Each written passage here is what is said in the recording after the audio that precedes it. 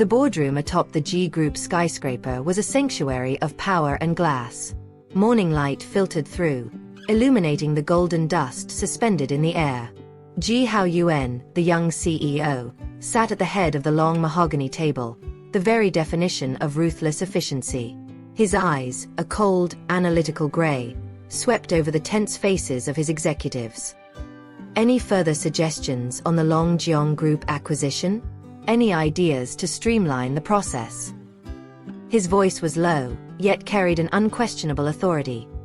The silence that followed was broken not by a financial report, but by the discreet, yet urgent, ring of his assistant Suan's phone. Haoyuan arched an eyebrow, a gesture that spoke volumes. Suan, visibly pale, answered the call. After a brief, tense exchange, he approached the CEO. "President Ji, terrible news," Suan whispered, his voice barely audible. "Your cousin, Ji Ming, was in a car accident on the Longjiang Road. He was racing." A flash of disdain crossed Haoyuan's face. "That fool is a lost cause. Racing cars. Was anyone killed?" "No, he was rescued. A broken leg, but the injuries are serious." Haoyuan sighed, a dry, impatient sound. "That boy only knows how to eat, drink, and party all day. When he finally dies, come tell me. Now, back to Longjiang." But Suan hesitated, which was highly unusual. "Sir, there's a complication.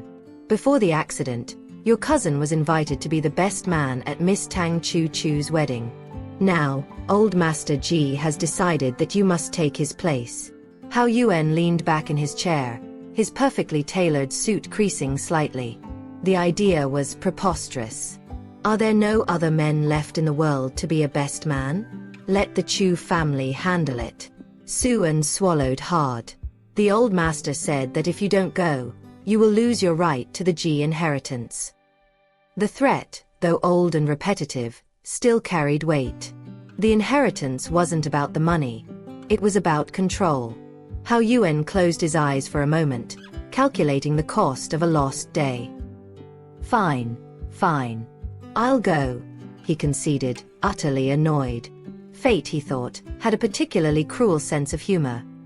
Meanwhile, in a ballroom decorated with the cold opulence that money buys, Tang Chu-Chu was standing on the edge of a cliff. Her wedding dress, a sea of silk and lace, felt more like armor than a celebratory gown. She stood there under the gaze of hundreds of guests, waiting for the man who was supposed to be her future. The master of ceremonies, with an unctuous voice, began the ritual. "Today, in the presence of all relatives and friends, groom, do you take Miss Tang Chu-Chu to be your wife?" The answer came, not as a vow, but as a hammer blow. "I do not." A shocked murmur swept through the hall. Chu-Chu felt her blood run cold, but she held her posture, her pride the only thing keeping her from collapsing. Haoyuan, the groom, a man with handsome features and evident arrogance, continued, clearly enjoying the drama. "I didn't come here to marry today. I came to publicly cancel the wedding." He looked at her with contempt. "Look at you, a rich girl living for fights and races. Ask everyone here, who would choose you as a wife? If it weren't for our family commitment between the Fu and Tang families, do you think I'd look at you twice?" The humiliation was public, brutal. Chu-Chu, a successful lawyer with a reputation for a strong temper and independence, felt the weight of every judgment. Haoyuan's reason for the cancellation was even more cruel. "My grandmother isn't well. Her greatest wish is for me to find someone and get married. This Miss Tang has a bad reputation now. I want to see which man would still have the courage to marry her." The silence was deafening. Chu-Chu, however, was not a woman to surrender to despair. In an act of pure bravado, she lifted her chin. "Who says no one wants to marry me?" Her voice, though trembling, echoed through the microphone. She spun around, searching for a face, any face, that could serve as a shield. Her eyes landed on a tall man in a dark suit, standing discreetly near the door. It was Ji Haoyuan, the substitute best man, the most unlikely figure for her rescue. "This gentleman here," she continued, pointing at him, Fell in love with me at first sight. He wants to marry me. The hall erupted in whispers.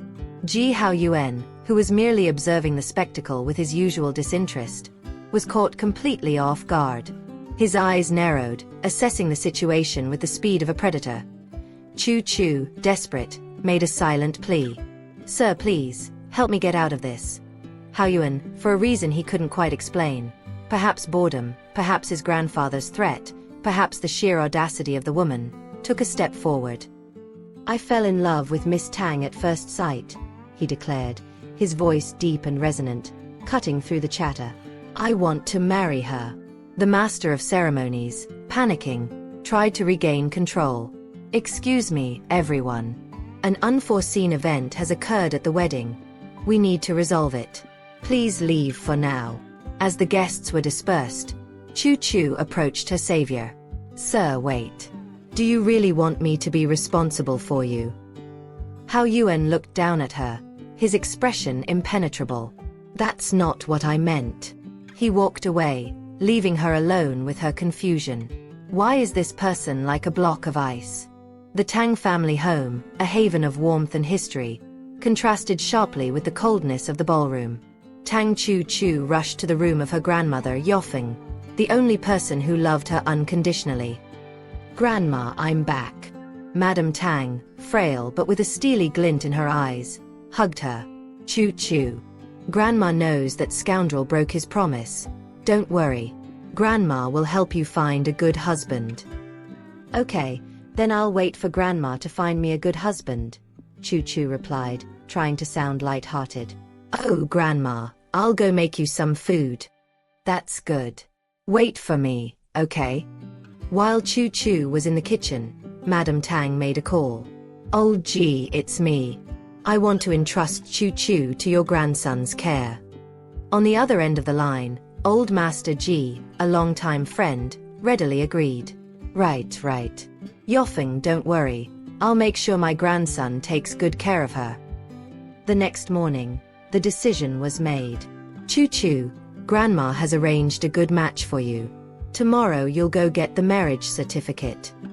That fast? Chu Chu was stunned. Madame Tang held her granddaughter's hand, urgency in her gaze. Chu Chu. Grandma's greatest wish now is to see you married. What if one day Grandma isn't here anymore, leaving you alone? What will you do then?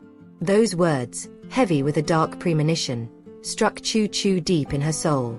She couldn't deny her grandmother's last wish. All right, Grandma, I will. At the Ji family mansion, the old master confronted his grandson.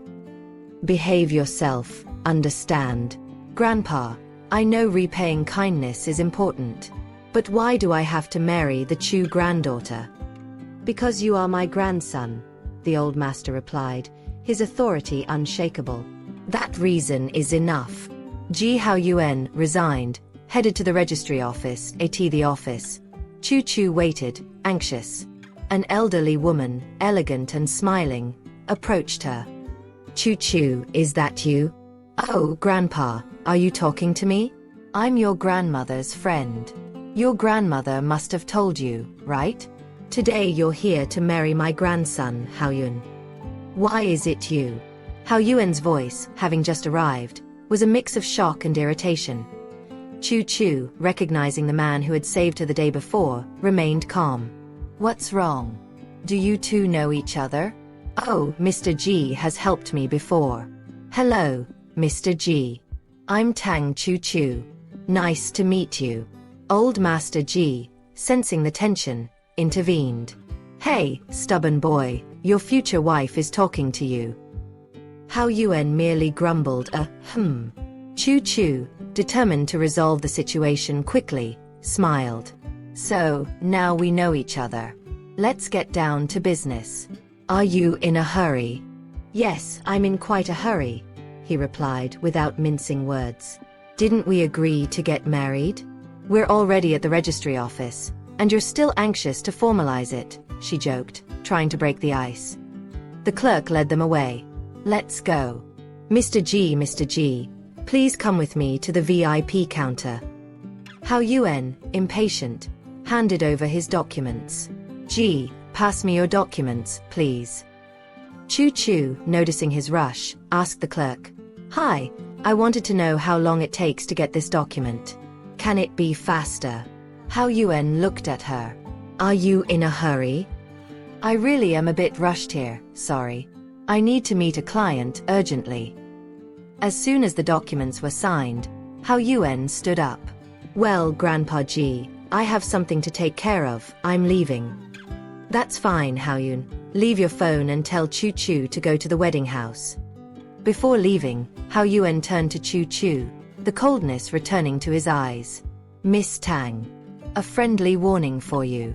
Don't let anyone know about this today, or you will face the consequences.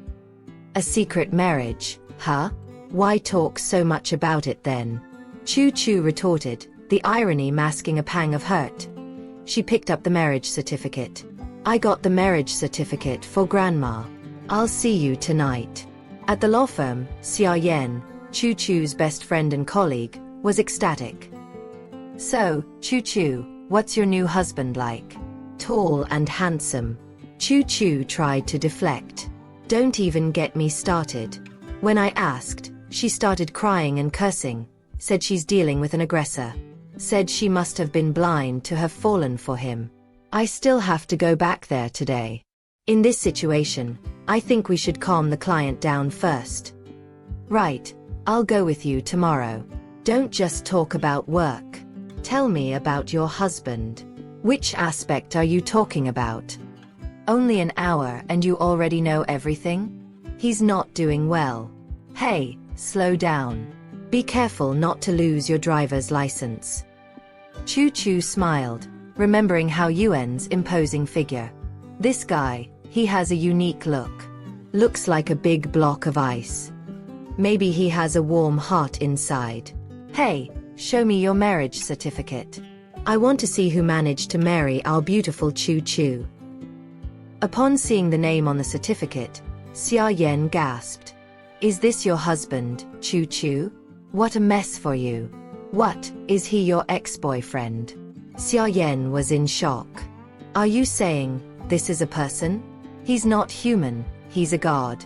In the inner circle, they say he's like a monk, but who would have thought this monk would fall into the mortal world? Choo Choo, in turn, was more confused than impressed. But you already registered the marriage. Didn't Madame Tang tell you about the partner on the paperwork? My grandmother only said she found someone for me, nothing more. She didn't tell me anything. This is truly Grandma Tang. The first person she finds is the richest in the world. Xia Yan hugged her. Choo Choo, you are the future wife of the richest man. You're dreaming. We just got married, and he already wants a secret marriage. Said that. If I tell anyone, I'll suffer the consequences. Don't tell anyone, okay? Are you guys going to have a secret wedding? Choo Choo sighed. How can he still do these things? My grandmother chose this for me. I can't throw it away. I'll just use it for now. Oh, don't say any more. Go get ready. Let's go meet your client. Hurry up. That night, Choo Choo returned home, exhausted. She found her grandmother sitting in the armchair, her face serene. Grandma, I'm back. Choo Choo. Haoyuan is a good boy. Grandma knows you're stubborn, but you're already married. Grandma hopes you'll support each other. Don't worry, Grandma. I'll be happy with Haoyuan. That's good. Grandma's mouth is dry. Go get Grandma a glass of water. Okay, Grandma. Rest first. I'll get water for you. While Choo Choo was away, Madame Tang made one last call, her voice weak but firm. Hello. Is this Lawyer Chen? I want to transfer all my assets to Choo Choo. Madame Tang, you can rest assured. I will transfer everything to Miss Tang. Although Choo Choo is a lawyer, she never fights for anything. I don't want her to feel frustrated. Choo Choo returned with the glass of water. Grandma, here's the water. But Madame Tang didn't answer. Grandma, Grandma, Grandma, open your eyes and look at me.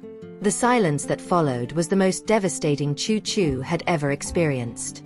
The only person who loved her unconditionally was gone. Alan, the butler, tried to comfort her. "Miss the old lady, she..." "You can leave now," Chu Chu interrupted him, her voice choked. "I'll spend the night with Grandma." "Miss, should I notify your father?" "We'll talk about that tomorrow. Grandma likes peace and quiet. He's too noisy." Madame Tang's funeral was a discreet but solemn event. Old Master Ji attended, offering his condolences. "Chu Chu. My condolences. Sit down. No one comes to this world to live forever." "Thank you, Grandpa Ji. As soon as I resolve this situation, I'll move into your and Haoyuan's wedding house. I promised your grandmother I would take good care of you." "I know, Grandpa Ji. When I finish this, I'll move in." Meanwhile, the old master called Haoyuan. "Haoyuan, where are you?" "At the company." "Why didn't you come to the Tang house?" "Come quickly to pay your respects. I already promised to marry that woman. What more do you want?" "Just because the law recognizes it doesn't mean I do. Grandpa, I've already given in and married her. I won't pretend to have feelings here. I can't." "Ah, stubborn boy. This brat. I'm going back today to teach you a lesson." "So, Grandpa is leaving." "Grandpa, take it easy." Lawyer Chen, a trusted man of Madame Tang, sought out Chu Chu. "Miss Tang. Dr. Chen, it's been a while. Please sit down. This is your grandmother's entire inheritance. Before she died, she instructed me to transfer everything to your name. Please sign here." "Grandma wants to transfer the entire inheritance to my name." "Exactly.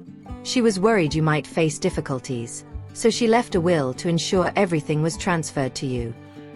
"Right, I understand.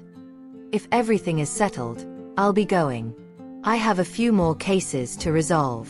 You don't need to see me out." The door burst open, and Chu Chu's father, Mr. Tang, entered, his face contorted with rage. "What do you mean? Your grandmother passed away. Such a big thing, and you didn't tell me." "Why would I tell you? So you could come to Grandma's funeral to dispute the inheritance." Chu Chu replied, her voice cold as ice. "You ungrateful girl. I am your father. How dare you talk to me like that? Father, of everything you've done to me, was there anything a real father would do?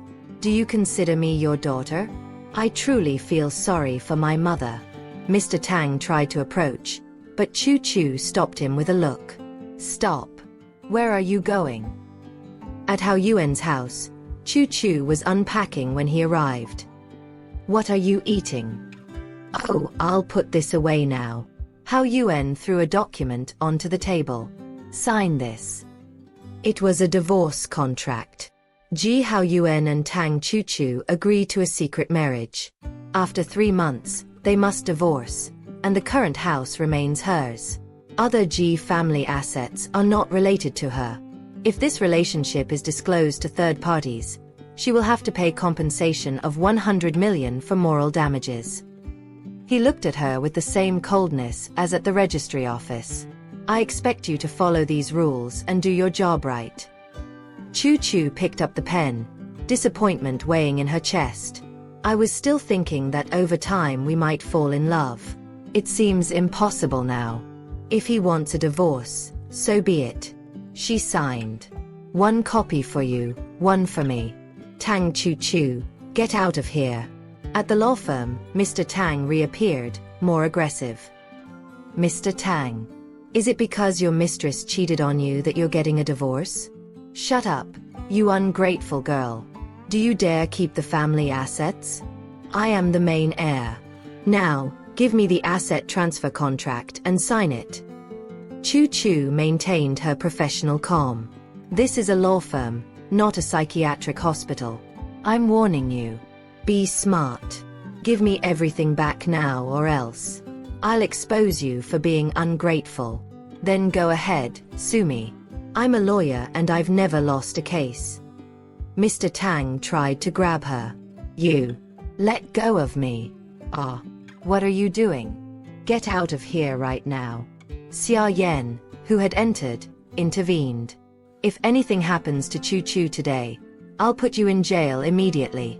I am her father. What daughter would send her father to jail? I'll ask you again. Are you going to sign this agreement or not? If Chu Chu doesn't want to sign, no one can force her. This is a law firm.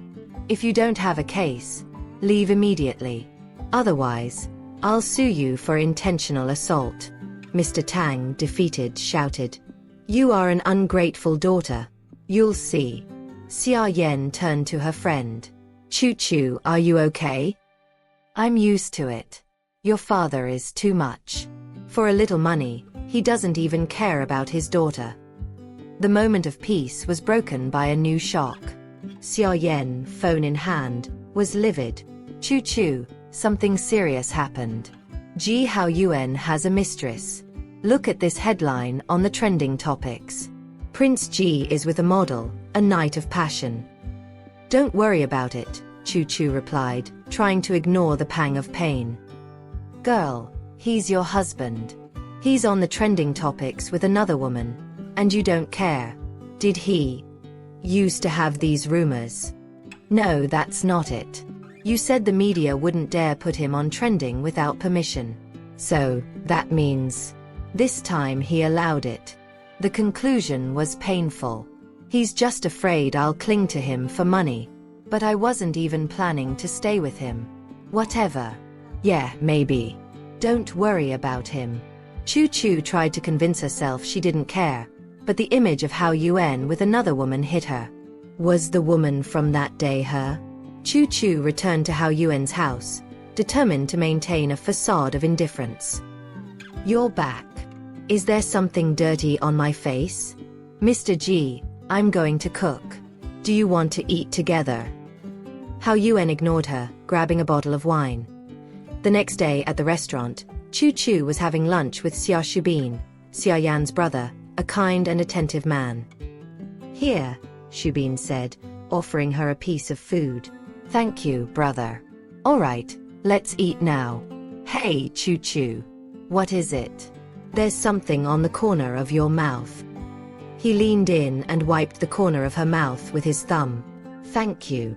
The scene, innocent to them, was observed by Haoyuan, who had just arrived. Rage consumed him. How can you be so intimate with another man? This is a disaster. Very well, Tang Chu Chu.